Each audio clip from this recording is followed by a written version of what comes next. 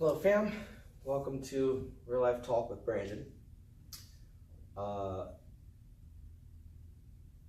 had put in a little bit of a Facebook status about a couple hours ago that I had a couple people approach me and asked me to do a talk about the recent events of the Parkland shooting.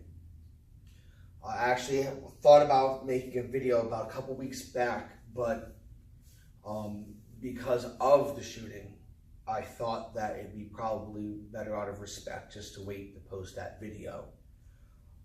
Just to give you a little snippet of what it was going to be about. A couple weeks ago, I had flipped my car, and it was snowing outside, and it fell in a ditch and had drifted off the bank and had fell into a ditch.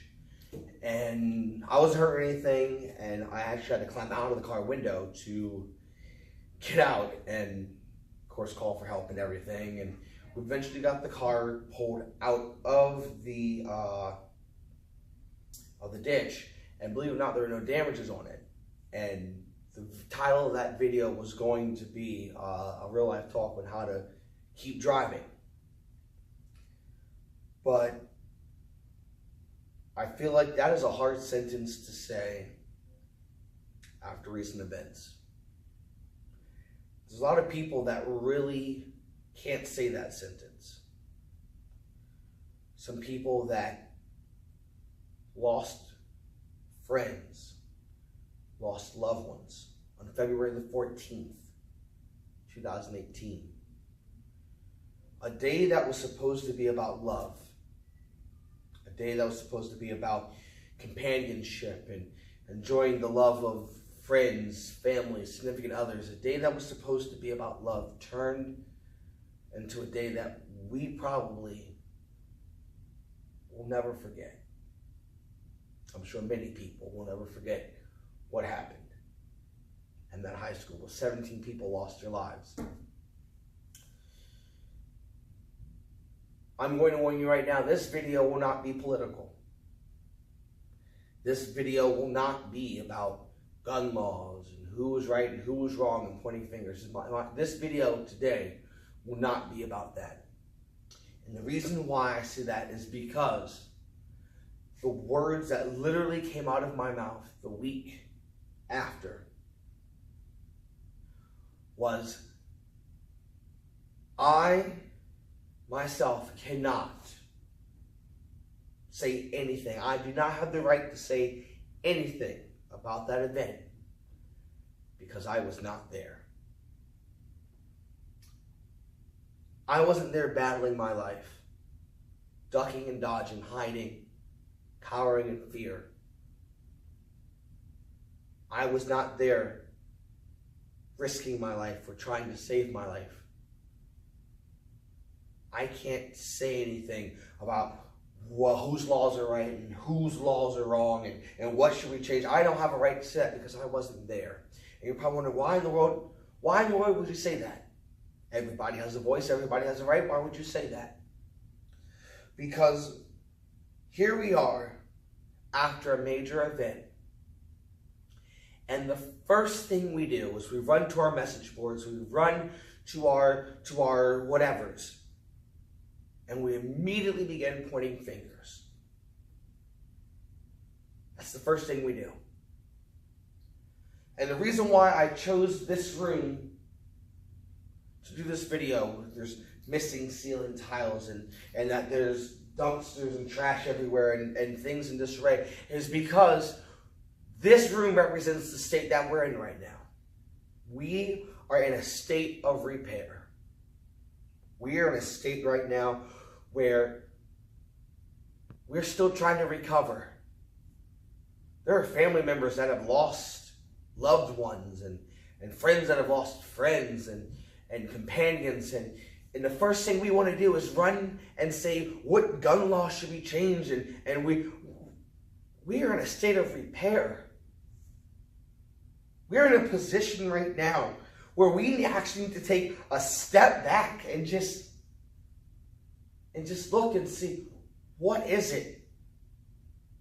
What is it that we need to fix? What is it that we need to repair? What is it that we need to touch up on? What is it that we're missing? And here's one of those things.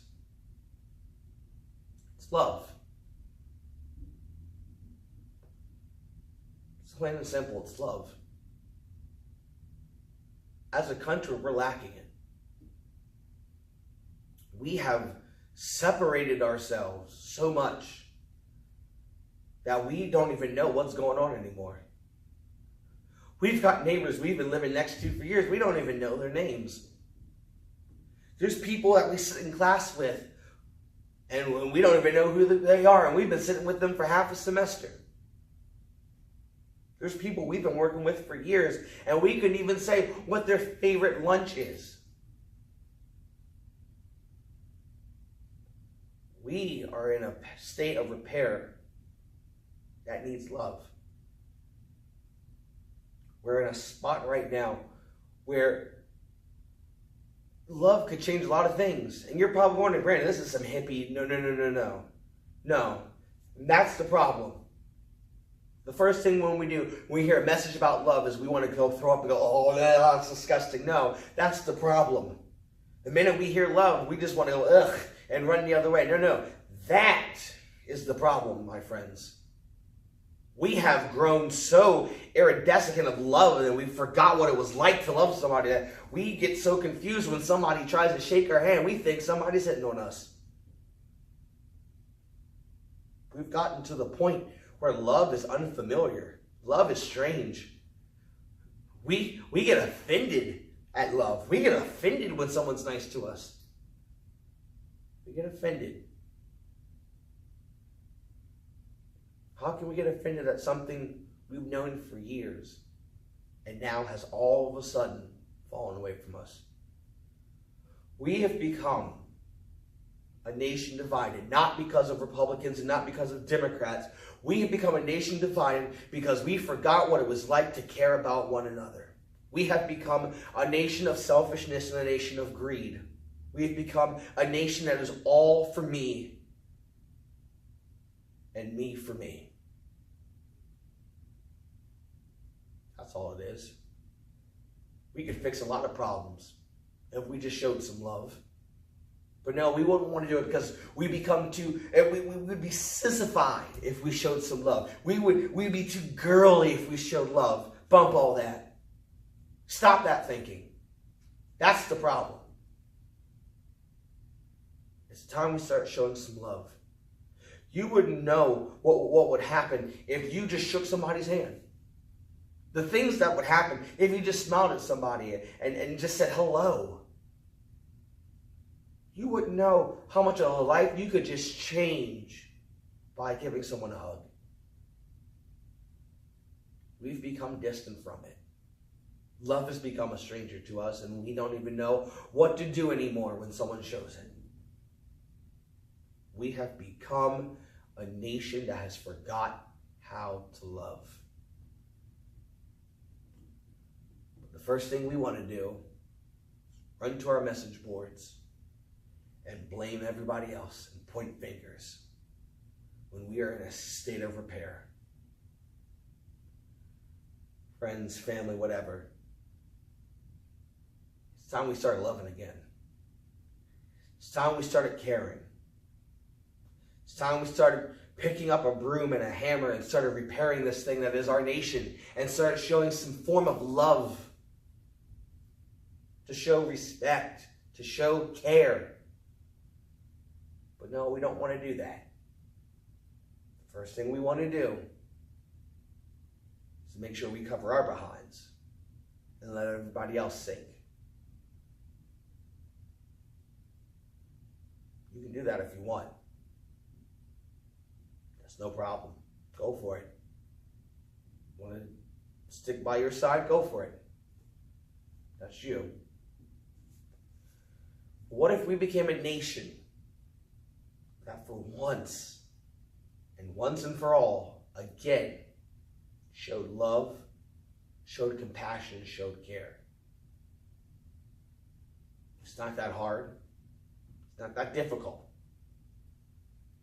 All it takes is just one handshake. One, how are you? How are you doing? How are you feeling? How's everything going on? Just one phone call, one high five. We need to get back to it, guys. This is just, I don't even know anymore. I don't even know.